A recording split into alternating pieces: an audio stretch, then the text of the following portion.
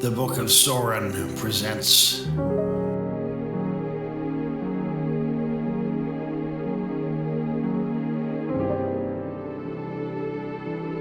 the Arkham Podcasts.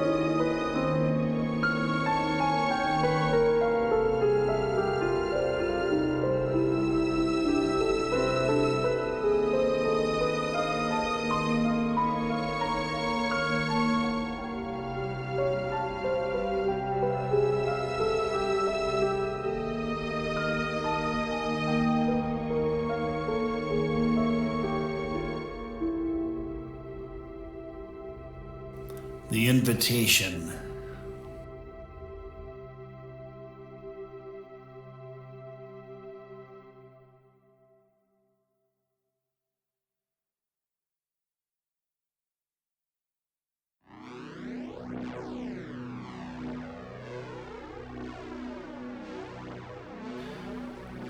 I do not go about looking for adventure, nor do I seek out drama.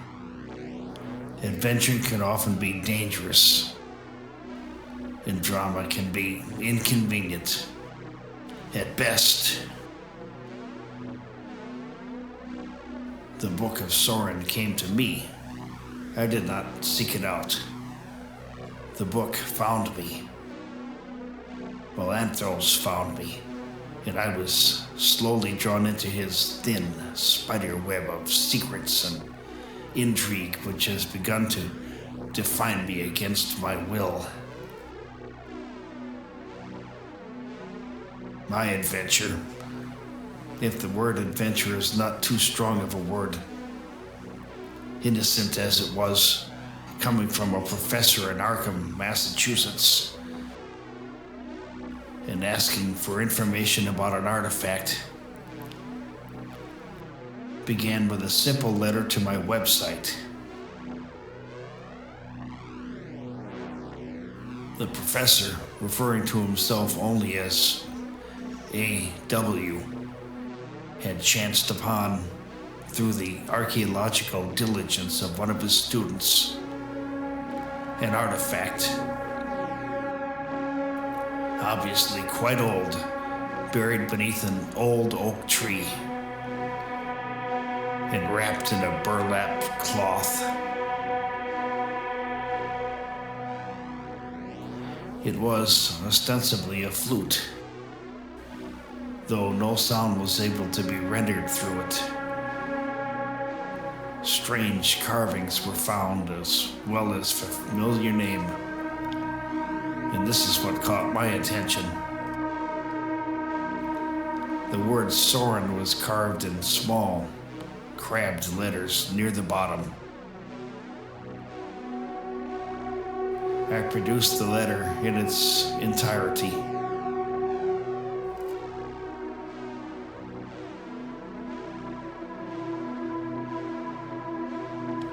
Dear Kay, I hope this finds you in good health and spirits. While visiting an archaeological site at an old logging facility in Plymouth, Massachusetts, a student of mine came across something quite peculiar, and I do not know what to make of it. To be honest, I am not typically in the position of stupefaction, but this artifact, in light of your experience with the book, I will not dawdle. We discovered a totem, ancient, but adequately preserved, buried in a disintegrating burlap sack under an old oak. It is wooden, carved in the likeness of a tree, 24 centimeters in length. It looks as if the artifact may be a sort of flute or woodwind, as the fractal branches are hollow and open-ended, as is the body of the totem. I have not been able to entice the sound from the device, however. Perhaps most strangely are the carvings. A drooping face, barely visible. A frenzy of lines like a maze through which I can find no path. Around the base of the totem, carved in a perfect circle, a name not often seen. Sorren. I do not know what to make of this talisman. Perhaps you could shed more information on the book, and that would help shed light. A.W.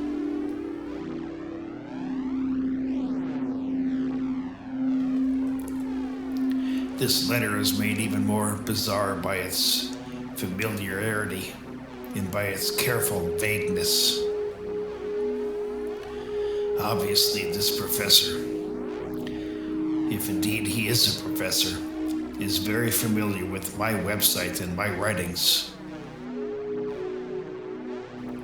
I must be very careful because even now I have assumed that this professor was a man. I must not make similar assumptions.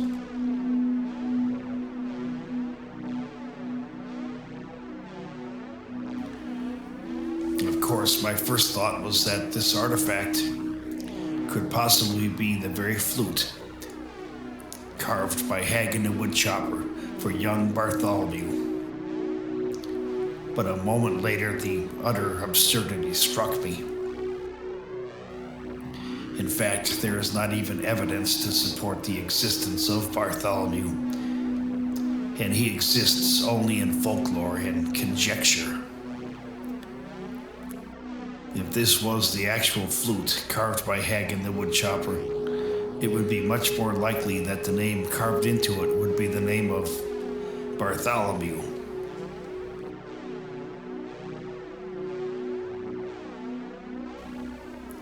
How could such an artifact have come to this country?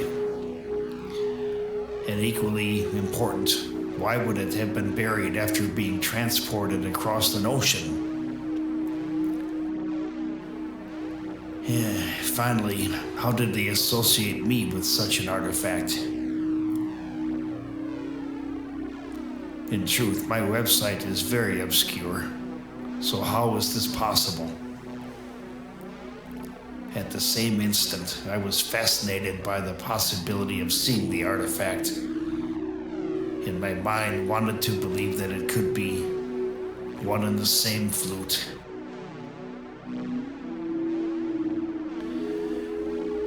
Now, in truth, I did not know what the professor was asking.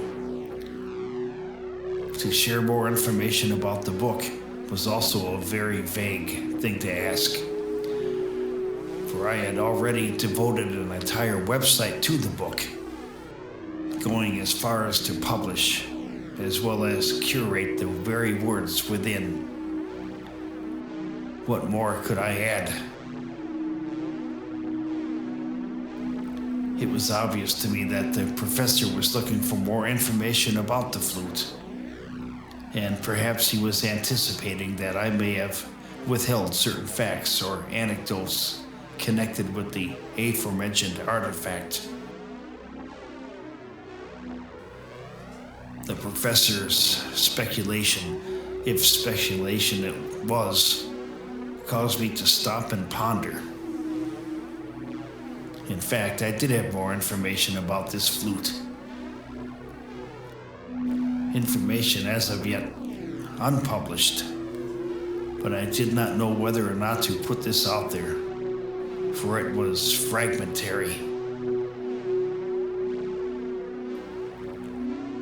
I went into my studio and pulled up the files in question on my computer.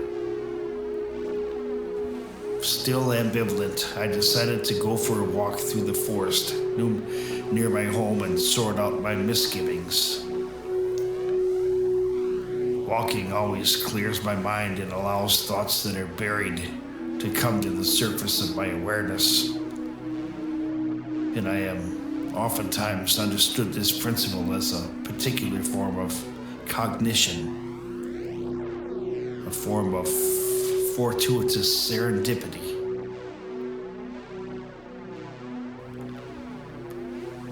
As I walked, I began to turn various ideas over in my mind.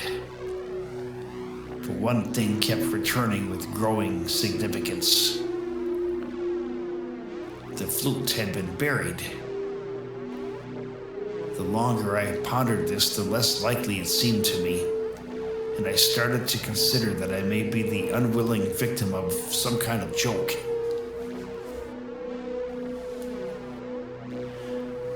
Immediately, I saw the unlikeliness of that too. For why would a professor go through the trouble to trick or misdirect me? I was nothing to most people, and that I even curated a website at all was something of an oddity. And yet I was expected to believe that this artifact had been unearthed after being buried. The odds of this happening, to my mind, were astronomical, and therefore I refused to believe it.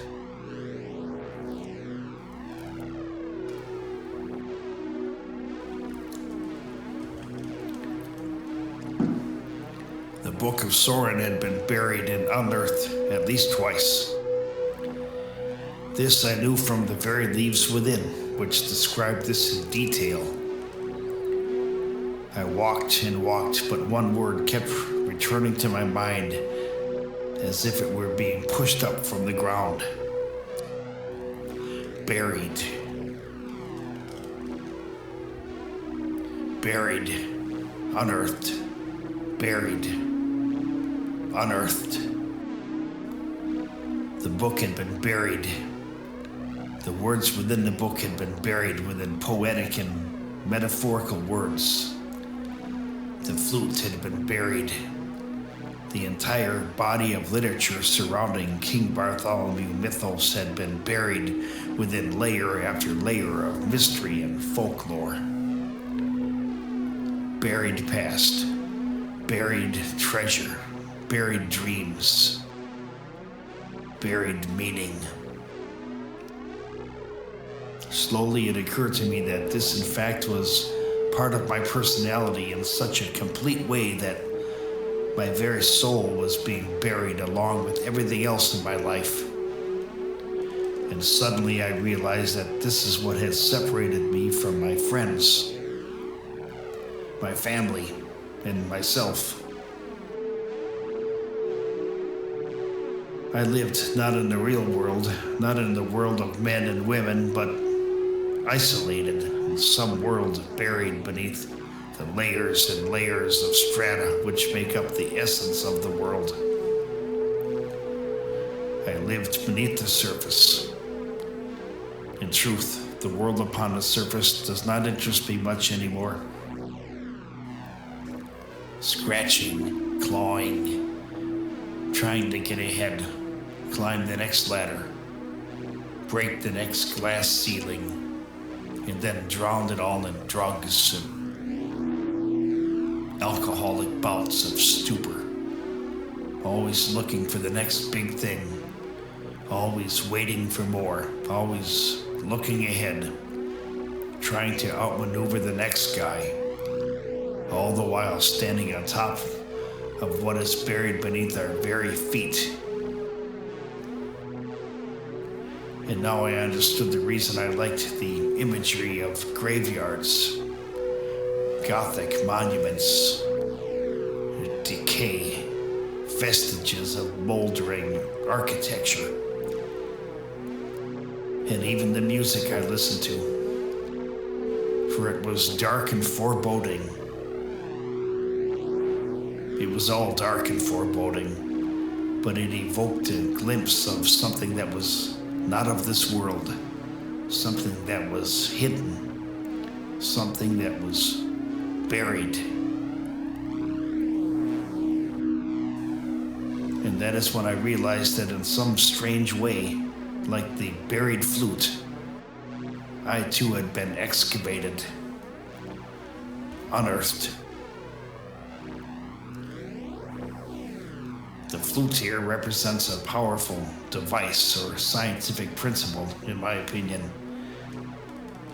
And I believe some form of obscure, arcane knowledge is being preserved within this structure. A possible form of Gnostic teaching, possibly, but I am unconvinced. More likely alchemical in nature, following some of the forms of men like Robert Fludd, Nicholas Flamel, and Carl Jung. And in this example, Finn McCool could possibly be seen as the homunculus. This is common in medieval secret societies, which tried to hide in the open that which was meant to be hidden. What does it mean? I could only speculate. In truth, I had not really thought much about this for many years. I was happy to read it as a form of fantasy, a form of esoteric folklore. Now, however, after seeing it again, I am not so sure. My interest was roused once again, but I needed to know more about the person referred to as A.W. before giving out any more information, and I had no intention of traveling to an unfamiliar city to meet him without a better understanding of the nature of his or her request. I went back to the first piece of correspondence from this person. I render it here.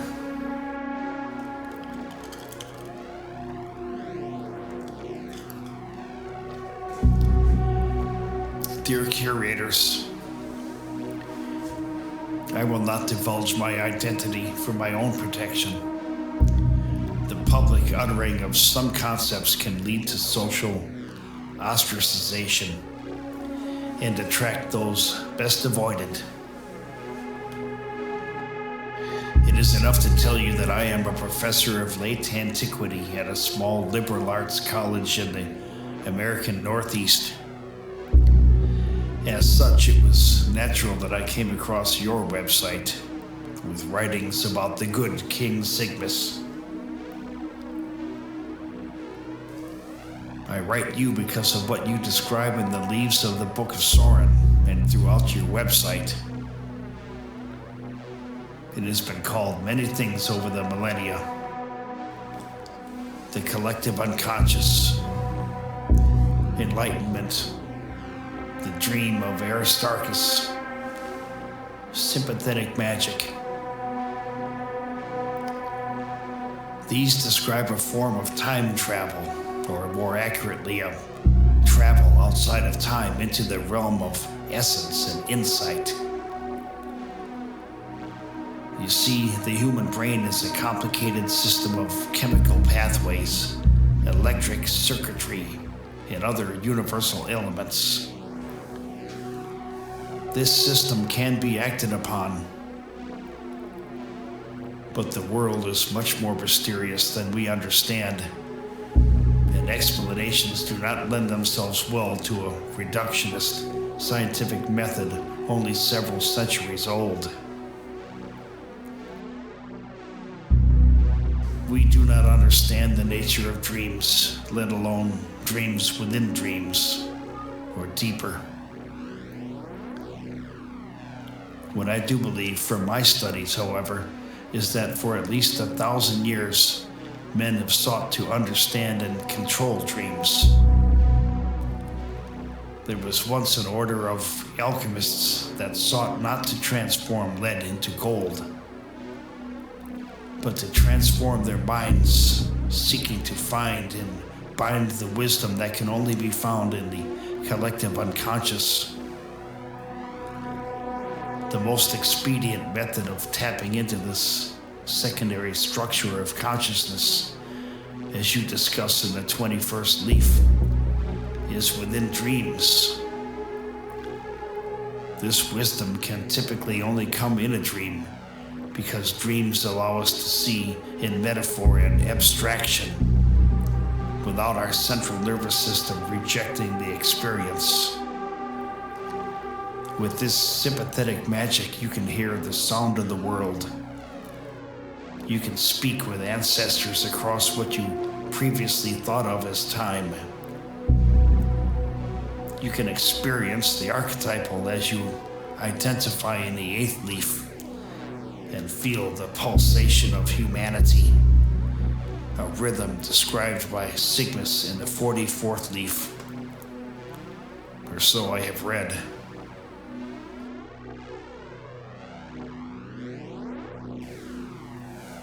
To achieve this state, an angel kiss, a key, is required. Such a kiss can come in different ways, but does not lend itself to replicable scientific creation, despite the experimentation of these alchemists with ever more complicated machinations, biochemical concoctions, including with insect exoskeletons, as you discussed, and paganistic rituals. It may be that such a key can only be created through deep introspection, toil, and an open heart. Perhaps the old man in the Manx woods who first granted the book sensed that Sorren was endowed with this empathetic energy necessary to imbue the book with sympathetic magic in order to create a portal to the collective unconscious. Was he a self-interested alchemist or a charitable sage? It is impossible to know. What I do know is that Sorren eventually received, or more accurately earned, the kiss, as did Cygnus, as did M, as did K, and now it appears to be happening to D, and perhaps others.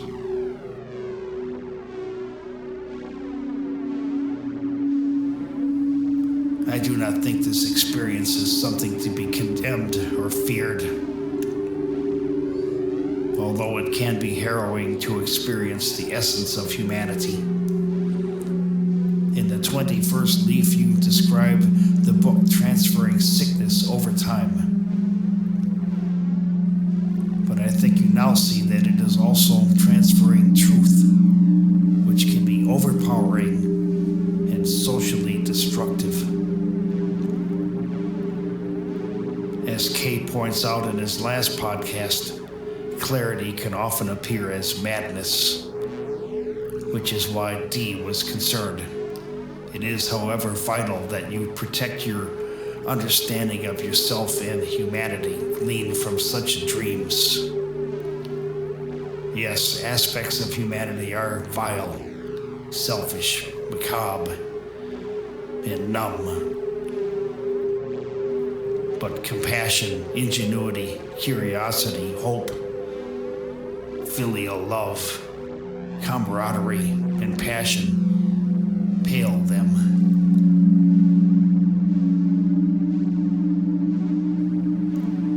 You must defend this wisdom from oblivion and those who would misuse it. When you have knowledge, such as M's knowledge of the sound of the world, beasts from the mist emerge to take it. You must be a shepherd of that knowledge. M chose K because he was strong and inquisitive and would pour his blood and sweat into the book, unlock the sympathetic magic, and join the fight. K has done well to choose D as his companion in this endeavor. I commend you both for your bravery in the face of inner turmoil and external pressure. As far as I know, this ancient order of alchemists no longer exists. But the nature of man is to control and consume. So I urge you to remain vigilant. Be well, a friend.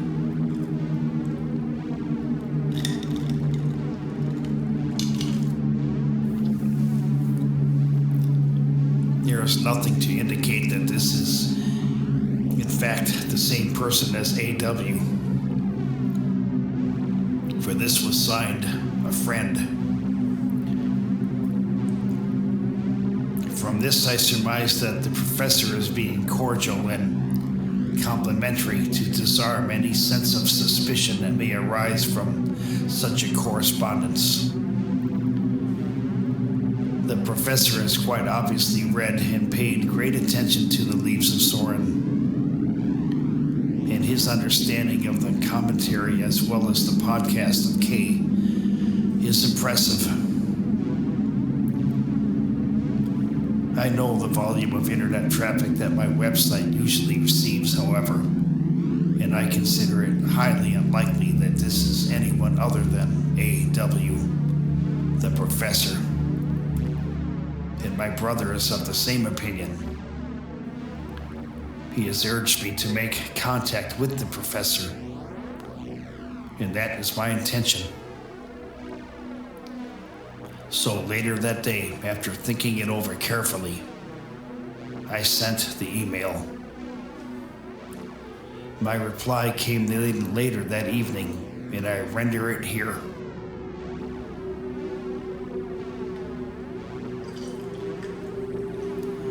K, thank you for your quick, comprehensive response to my request for more information. I have read very carefully the abridged transcript from young Bartholomew. What a joy to read. And though I was not expecting this, I was enchanted by the words and by the consistent tone so carefully crafted within the King Bartholomew's mythos. Or would it perhaps be more accurate to use the word doctrine? I would very much like to see any and all material within your possession which could help to shed light upon the mystery surrounding the aforementioned flute, be they material or metaphorical, implicit or explicit. What you have already given me has excited me greatly, for I believe that you are essentially correct in your assessment of the tale and that it be mostly buried, mostly hidden in special nomenclature.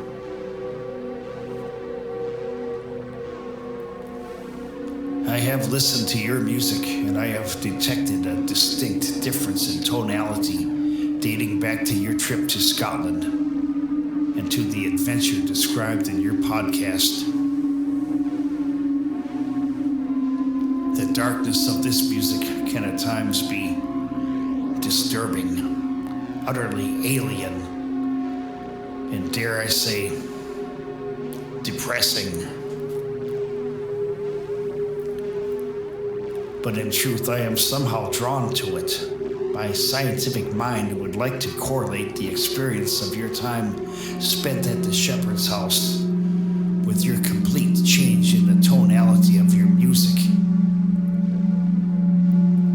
even to the point of abandoning any sense of rhythm, cadence, or key center. No, I do not understand this form of music, if it is even considered music at all. I mean, no disrespect. Every convention by which music is described and understood is abandoned. This is a form of negation, clearly the intellectual model from which your music is derived is unusual and in some strange way primal. You have asked, so I shall give you my name, that we may correspond like friends and not adversaries. Please call me Adrian, for that is my first name. At this time, I prefer to continue to withhold my last name to protect my career, for I know that you are aware of the sensitive nature surrounding the book in your possession. And I must hide my interest until some of my research can be verified with your continuing help. I look forward to meeting you at your convenience and discussing your profound ideas. Sincerely, Adrian W.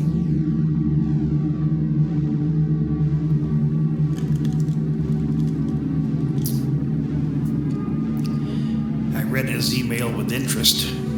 I was now fairly confident that the professor was a man, for his name was very popular, and it was considered a man's name.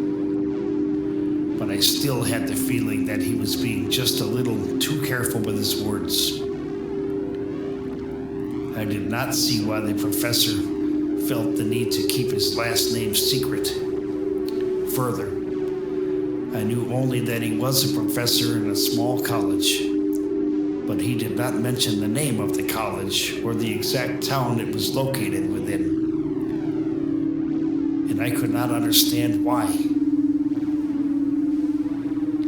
I did not respond to him for a few days because I was still very busy with my regular job and had not the time to consider his words more carefully. And that is when I received an explosive email from him, which I read several times with purpose. It went as such. K. Perhaps I have not been entirely forthcoming with you. I do in fact have other information that I have not, as of yet, shared with you. It was my intention to disclose this to you in person, but I now feel that it would be better to reveal this to you now. I have recently come across a cryptic reference to the Book of Sorren in a very old manuscript within our university library.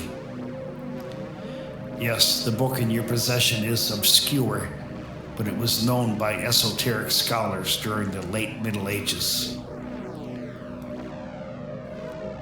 The writing is not in English, however, and for me to send you only the remnants of a translation would not be fair or appropriate. It would satisfy our joint interest for me to take you through this translation methodically, thoroughly, and with careful attention to detail, and I am confident of your utter astonishment. Consider this letter an invitation to visit me and to study the note, which I refer to as LS-214. I await your reply and remain at your service. Adrian W.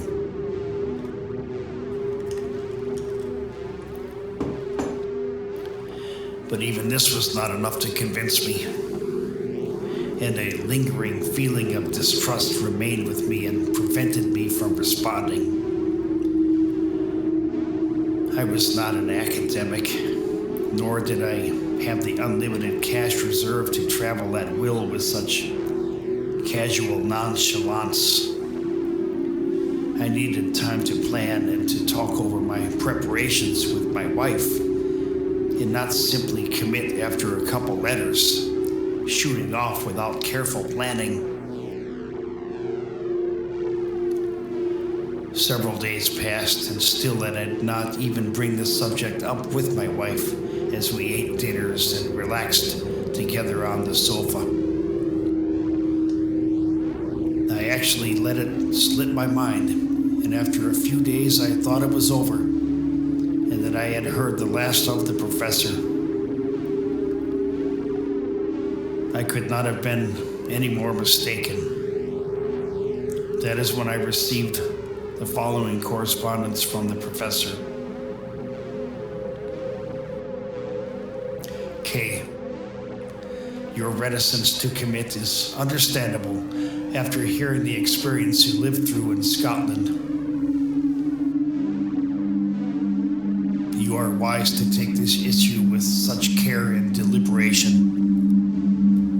However, I also still believe that you are very interested in any and all information about the book in your possession.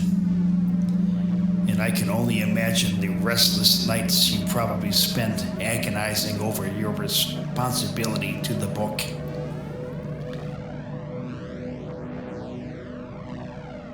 It is my strong desire to help you, and I ask for your cooperation. Therefore, it is only proper that I show you the extent of my willingness to support you in any and all such ways. In a day, possibly two, you will be receiving an envelope from me by post. Within you will find prepaid airline tickets to my home in Arkham, Massachusetts. The date has been determined by the days that you have off, owing to your peculiar work schedule. For I have made these arrangements to minimize your inconvenience. An Uber cab will be waiting for you outside of your office for a short drive to the airport later that very night. When you arrive in Providence, a car will be waiting for you there. A driver will be waiting for you, holding a sign with a single letter, K. My home is within 2 hours, but my driver will have a bottle of fine single malt scotch for your pleasure. My home is very large, old, and well furnished, and I look forward to showing you some of my prized relics from bygone years of antiquity. This I do as a sign of friendship, and I ask you to accept my offer. You will be out nothing, and I am confident that the experience would be to the satisfaction of us both. Sincerely, Adrian Willoughby, Professor of Antiquarian Studies, Miskatonic University.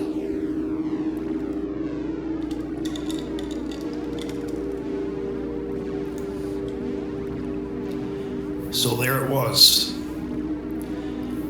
This was a professor from Miskatonic University. And now I understood the caution which was shown. Arkham was notorious, and the professor knew that I would be understandably reluctant to go to such a place.